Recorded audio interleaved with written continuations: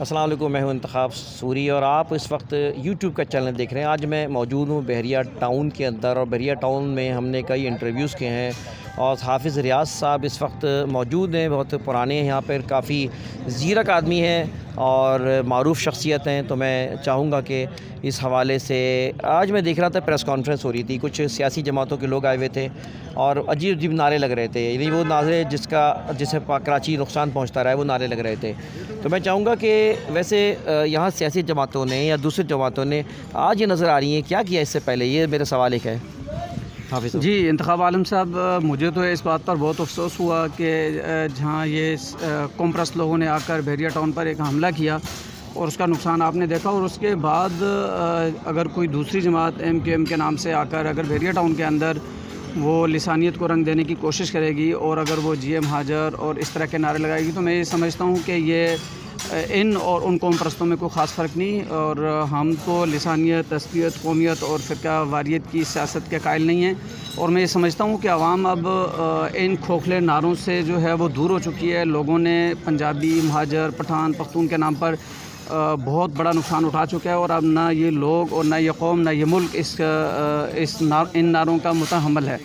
تو میں تو یکسر مسترد کرتا ہوں، اگر کوئی بندہ بحریہ ٹاؤن کے اندر آ کر سیاسی نعرہ لگائے گا، چاہے وہ وسیم اختر ہو جسے اپنا ہوش نہیں، جسے دنیا کوکین اختر کے نام سے جانتی ہے، جو کراچی کا ایک بے تاج بادشاہ ہوا کرتا تھا اور وہ کچرا کنڈی میں ایک شہر کو مبتلا کر کے آج اگر وہ بحریہ ٹاؤن کے اندر آ کر بحریہ ٹاؤن کے دکھوں کا مداوع کرے، یا عامر خان، یہ سب وہی لوگ ہیں جن لوگوں نے اس سے پہلے شہر کو دھکیلا۔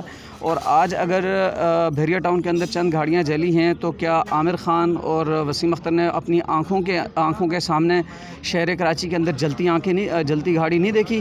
گاڑیاں تو دور کی بات انتخاب صاحب، ان لوگوں نے زندہ لوگوں کو جلایا۔ میں یہ سمجھتا ہوں ان کو تو بحریہ ٹاؤن کے گیٹ کے اندر نہیں آنا چاہیے، اور میں تو اس کو یکسر اس مسترد سے کرتا مطلب ہوں۔ یہ کہ ایک اس بات کی اسمیل آتی ہے کہ شاید یہ ایک سازش کا حصہ ہے، یہ بالکل کہ بہت ادھر بڑا GSM خطرہ ہے، اور یہ لوگ آئے، ادھر سے یہ لوگ آئے۔ یہ بہت بڑا خطرہ ہے۔ میں بحریہ ٹاؤن انتظامیہ سے بھی یہ ریکویسٹ کروں گا کہ جس طرح وہ سندھی آئے اور اب اس طرح سے اگر مہاجرزم سٹارٹ ہوگا، تو یہ یہاں کے ہم لوگ، میں یہاں پہ پچھلے 1.5 سال سے رہ رہا ہوں، میں یہاں پہ کاروبار کرتا ہوں، اور ہمیں یہ لگتا ہے کہ یہ بہت خطرناک ہے۔ اس چیز پر بحریہ ٹاؤن انتظامیہ ایکشن لے اور اس چیز کو روکے۔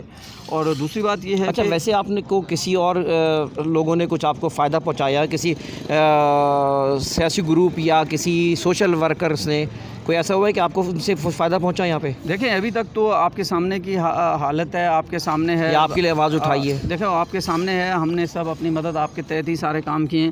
اب تک تو ہمارے پاس کوئی نہیں آیا۔ ایک حافظ نعیم الرحمان صاحب نے پریس کانفرنس کی، اور اس کے بعد پاک سرزمین پارٹی کے چیئرمین جناب سید مصطفیٰ کمال نے گفتگو کی تھی۔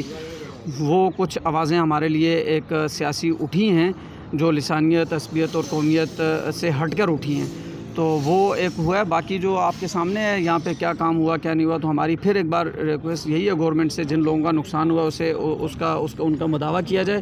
اور پھر میری ان قوم پرستوں سے جو ہے نا، وہ میرا یہ سوال ہے کہ جب بحریہ ٹاؤن کے اندر اگر گوٹوں پہ قبضہ ہو رہا تو اس وقت یہ کہاں پر تھے؟ یا پھر بحریہ ٹاؤن نے جن لوگوں کو پلاٹ نہیں دیے تھے، جماعت اسلامی نے ایک سالس کا کردار ادا کیا تھا، لوگوں کو چیک ایشو کروائے، لوگوں کو ایک نئے پریسنٹ ایجاد کروا کے ملک صاحب سے 61-62 میں پلاٹ دلوائے۔ میں یہ ان سے سوال کرتا ہوں کہ جب جماعت اسلامی یہ سب کچھ کر رہی تھی اور شہر بھر میں جب یہ متاثرین احتجاج کر رہے تھے، تو یہ قوم پرست اس وقت کیا ستو پی کے سو رہے تھے؟ آج یہ بسوں میں بیٹھ کر وہاں سے آ کر یہ انہوں نے جو ہے وہ حقوق کے لیے آواز نہیں اٹھائی، انہوں نے ڈاکے ڈالیں۔ اب بہت جلد آپ کے سامنے ان کی تصویریں آ جائیں گی، بہت جلد آپ کو پتہ چل جائے گا کہ کتنے لوگوں کے پیسے لوٹ کر گئے۔ اب آپ بتائیں، شیشے توڑنا، گملے توڑنا، لوگوں کے فرنیچر توڑنا، یہ کہاں کا انصاف ہے؟ یہ کون سا حقوق ہے؟ یہ کون لوگ تھے؟ تو یہ میری سمجھ سے بھی باہر ہے۔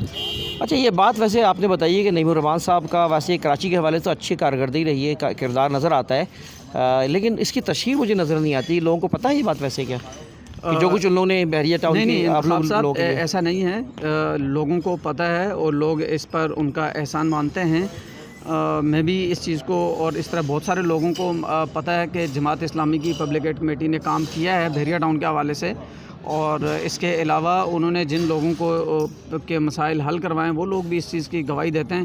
وہ بات آپ کی ٹھیک ہے، اگر میڈیا پر یا دیگر جگہوں پر تشہیر نہیں ہوئی، اور آپ بھی ٹھیک کہہ رہے ہیں کہ اس طرح نہیں ہوئی، بہت سارے لوگوں کے جب معاملات مسائل حل ہوئے تو انہوں نے جماعت اسلامی کی طرف جانا بھی چھوڑ دیا۔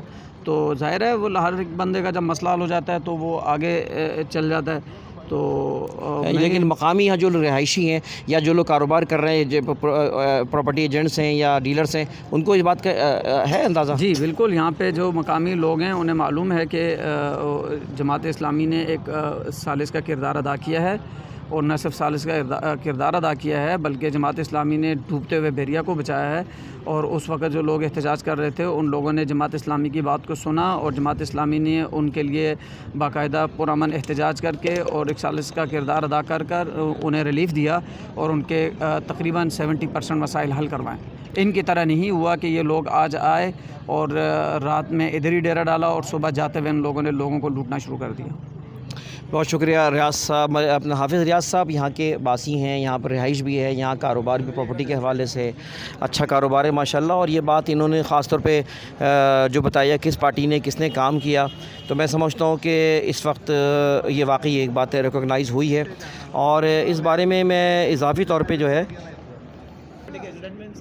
اچھا میں یہ بات دیکھتا ہوں کہ واقعی جس طرح حافظ ریاض صاحب نے بات بتائی کہ ملک ریاض صاحب 2 مرتبہ میرے خیال میں 2 یا 3 دفعہ جو ہے باقاعدہ جماعت اسلامی کے دفتر گئے ہیں، اور ملک ریاض شخص جیسی کسی کے دفتر جانا، نعیم الرحمان سے ملاقات کرنا، اور اس بات کی غمازی ہے کہ یہاں پہ کوئی جماعت نے ایک ورک کیا، ایک پروٹیکشن دی تھی واقعی۔